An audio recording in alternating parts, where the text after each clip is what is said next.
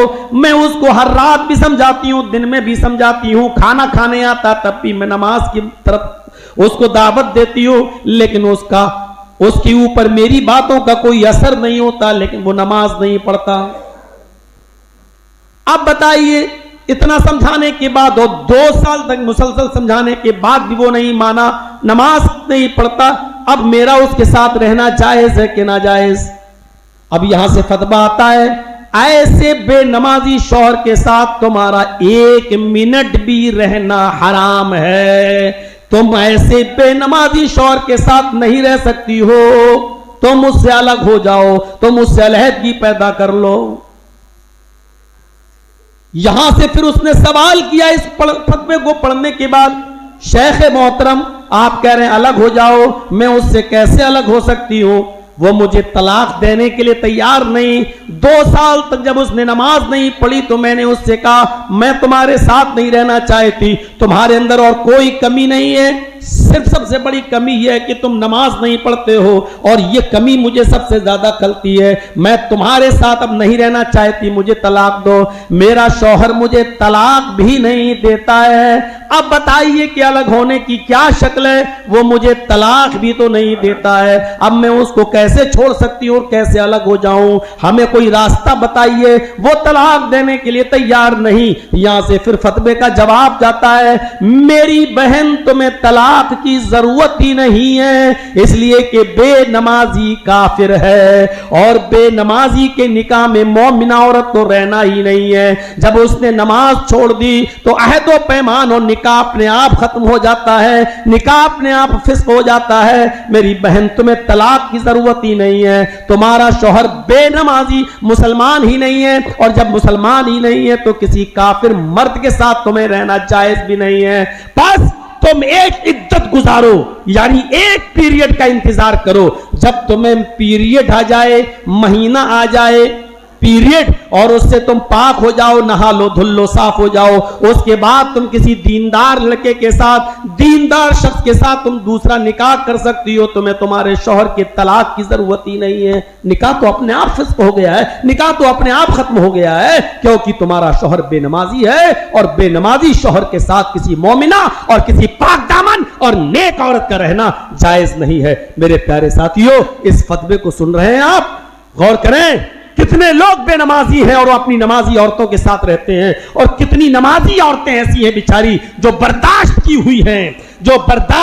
ہوئی ہیں۔ میرے بھائیوں، اپنے بے نمازی شوہروں کو اب وہ اس لیے نہیں چھوڑنا چاہتے کہ بچے کہاں جائیں گے، لیکن بے نمازی شوہر کے ساتھ عورت کا رہنا 1 منٹ کے لیے بھی جائز نہیں ہے۔ یہ ہے نماز کا معاملہ۔ جو مسئلے و مسائل آپ کو اس جمعے کے خطبے میں مل جاتے ہیں میرے بھائیوں، آپ لاکھوں روپیہ خرچ کرا کے جو جلسہ کرائیں گے اس میں آپ کو یہ سب چیزیں نہیں مل پائیں گی۔ اس لیے ان چیزوں کو غنیمت جانو اور کوشش کرو کہ ہم اس کے اوپر عمل کریں۔ یا ایھا الذین آمنوا استعینوا بالصبر والصلاۃ۔ معذرت کے ساتھ مجھے کہنا پڑتا ہے کہ آیت تو میں نے یہ پڑھی تھی کہ اس پہ بولوں گا، لیکن اس پر ایک جملہ نہیں بول پایا، ایک لفظ بھی میں اس پہ نہیں بول پایا، اور دوسری طرف ہی باتیں نکل کے وقت پورا ہو گیا۔ 1:10 ہو گئے ہیں، 8 منٹ۔ میرے پیارے ساتھیوں، جمعے کا خطبہ مختصر ہوتا اور ہونا بھی چاہیے، اس لیے میں اپنی بات کو ختم کرتے ہوئے اس امید کے ساتھ رخصت ہو جاؤں گا آپ سے کہ ان چیزوں کو اپنے معاشرے میں رائج کیجیے، اور عبادت کا صحیح مفہوم سمجھنے کی کوشش کیجیے۔ عبادت وہ نہیں ہے جو ہم کر رہے ہیں، عبادت وہ ہے جو محمد رسول اللہ کے طریقے پر کی جائے، عبادت وہ ہے جو شریعت کے طریقے پر کی جائے، عبادت وہ ہے۔ یاد رکھیے گا، اب رمضان کا مہینہ شروع ہوگا، بہت سی چیزیں اپنی طرف سے لوگ داخل کریں گے. کبھی افطاری کی دعا، کبھی اس میں عجیب عجیب طریقے سے لوگ اللہم اللہ کا سمتو و بکا آمنتو و علیک توکلتو و علی رزقک افطرتو. کچھ نہیں، افطاری کی صرف ایک ہی دعا ہے، اور صحیح حدیث سے بسم اللہ کہہ کر آپ افطار کریں، اور افطار کرنے کے بعد آپ یہ دعا پڑھ لیں ذہب الظمأ وابتلت العروق وثبت الاجر انشاءاللہ. بعض محققین کہتے ہیں کہ افطاری کی دعا یہی ہے ذہب الظمأ وابتلت العروق وثبت الاجر انشاءاللہ، یہ افطاری کی دعا. لیکن بہتر یہی ہے کہ آپ افطاری کریں بسم اللہ کہہ کے، بسم اللہ، اور جب پانی پی لیں، کھانا کھا لیں، افطاری کر لیں، اس کے بعد ترجمے سے یہی پتہ چلتا ہے، اس کے بعد یہ دعا پڑھیں ذہب الظمأ، پیاس چلی گئی، وابتلت العروق، رگیں تر ہو گئیں، وثبت الاجر انشاءاللہ، اور میرا اجر ثواب اللہ کے رجسٹر میں درج ہو گیا. تو یہ ترجمہ یہ بتاتا ہے کہ افطار کے بعد ہی تو کہا جائے گا ذہب الظمأ، پیاس مٹ گئی. ابھی مٹی ہی نہیں اور آپ کہہ رہے ہیں ذہب الظمأ. افطار سے پہلے یہ دعا پڑھ لیں ذہب الظمأ، پیاس مٹ گئی. ابھی تو مٹی نہیں ہے، ابھی تو آپ نے پانی پیا ہی نہیں ہے، تو پھر یہ کہنا کیسے جائز کہ پیاس مٹ گئی؟ تو میرے بھائیوں، اس لیے محققین علماء نے لکھا ہے کہ پہلے یہ دعا پڑھو بسم اللہ، اللہ کے نام سے شروع، بس بسم اللہ الرحمن الرحیم نہیں. اب آپ کہو بسم اللہ الرحمن الرحیم کہنے میں کیا عرض ہے؟ نہیں، جتنا شریعت میں آیا اتنا. وضو بناؤ تو بسم اللہ، بس وضو بنانے بیٹھو بسم اللہ، بس کھانا کھانے بیٹھو بسم اللہ. پوری دعا نہیں پڑھی، بسم اللہ الرحمن الرحیم نہیں پڑھا جائے گا، ہے ہی نہیں وہ ثابت. جب بھی کوئی کام شروع کرو تو اللہ کا نام لو، بس اتنا ہی ہے حدیث میں، اور اللہ کا نام بسم اللہ میں آ گیا، بسم اللہ بس آ گیا. اس میں یہ نہیں آیا اللہ رحمان اور رحیم کا نام لو، بس اتنا آیا کہ جو بھی کام شروع کرو تو اللہ کا نام لو، تو بسم اللہ. اور اسی لیے دیکھ لیجئے بہت سی جگہوں سے رحمان رحیم ہٹا دیا گیا ہے. آپ قربانی کے جانور پر جب چھری چلاتے ہیں تو کیا پڑھتے ہیں؟ بسم اللہ اللہ اکبر یا بسم اللہ واللہ اکبر. اب آپ کہو کہ بسم اللہ الرحمن الرحیم وضو بنانے میں اگر ہم پوری پڑھ لیں تو کیا حرج ہے؟ بسم اللہ الرحمن الرحیم. اب وضو بنائیں، کھانا کھائیں تو پڑھ لیں بسم اللہ الرحمن الرحیم، اور کھانا کھائیں پورا پڑھ لیں تو کیا حرج ہے؟ عبادت وہ نہیں ہے جو آپ سوچ رہے ہیں، عبادت وہ ہے جو نبی نے بتائی ہے. اگر آپ یہ سوچ رہے ہیں کہ اگر ہم کھانا کھاتے وقت بسم اللہ الرحمن الرحیم پورا پڑھ لیں تو حرج کیا، اچھی چیز تو ہے، تو میں کہتا ہوں قربانی کے جانور پر چھری چلاتے وقت ہم پوری دعا پڑھ لیں بسم اللہ الرحمن الرحیم اللہ اکبر، یہ کہہ کر چھری چلائیں. آپ کی قربانی نہیں مانی جائے گی، کیونکہ وہاں جانور پر چھری چلا رہے ہیں، وہاں رحم ہے ہی نہیں. وہاں رحمان اور رحیم آپ کیسے کہہ سکتے ہیں؟ وہاں تو آپ اس کو ذبح کر رہے ہیں. جب ذبح کر رہے ہیں اور ایسی جگہ پر رحمان اور رحیم پڑھیں گے میرے بھائیو، وہاں رحم ہے ہی نہیں. دیکھنے والا کہے گا واہ صاحب رحمان اور رحیم بھی کہہ رہے ہیں اور رحم ہے ہی نہیں. یہاں تو آپ جانور کی گلے پہ چھری چلا رہے ہیں، رحم کہاں ہے؟ یا تو حکم ہے اللہ تعالیٰ کا جو آپ مان رہے ہیں اور نبی اکرم کا. تو اس لیے میرے بھائیو وہاں بسم اللہ الرحمن الرحیم نہیں پڑھ سکتے. اسی طریقے سے کھانا کھاتے وقت بھی بسم اللہ الرحمن الرحیم نہیں، وضو بناتے وقت بھی بسم اللہ الرحمن الرحیم نہیں، صرف بسم اللہ. اور اس کے بعد آپ کام کریے.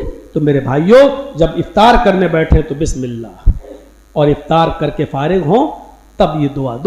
تین لفظ ہیں ذہب الظمأ وابتلت العروق وثبت الاجر انشاءاللہ. اتنا سا جملہ یاد نہیں ہو سکتا ہمیں افطاری کے بعد پڑھنے کے لیے؟ میرے بھائیوں دعا کرو کہ اللہ تعالی ہمیں شریعت کے مطابق چلنے کی توفیق عطا فرمائے، اور ہمیں اپنی تمام عبادتوں کو محمد رسول اللہ کے طریقے پر کرنے کی توفیق عطا فرمائے، اور ہماری زندگی میں نبی اکرم کی زندگی کو آئیڈیل اور ماڈل بنا دے، اور ہمیں اپنی تمام عبادتوں کو قرآن اور حدیث کے مطابق کرنے کی توفیق عطا فرما. الہ العالمین جب تک تو ہمیں زندہ رکھ، اسلام پہ زندہ رکھنا، اور جب ہمارا خاتمہ ہو تو ایمان پر ہمارا خاتمہ فرمانا. وما علینا الا البلاغ المبین، وآخر دعوانا ان الحمد للہ رب العالمین.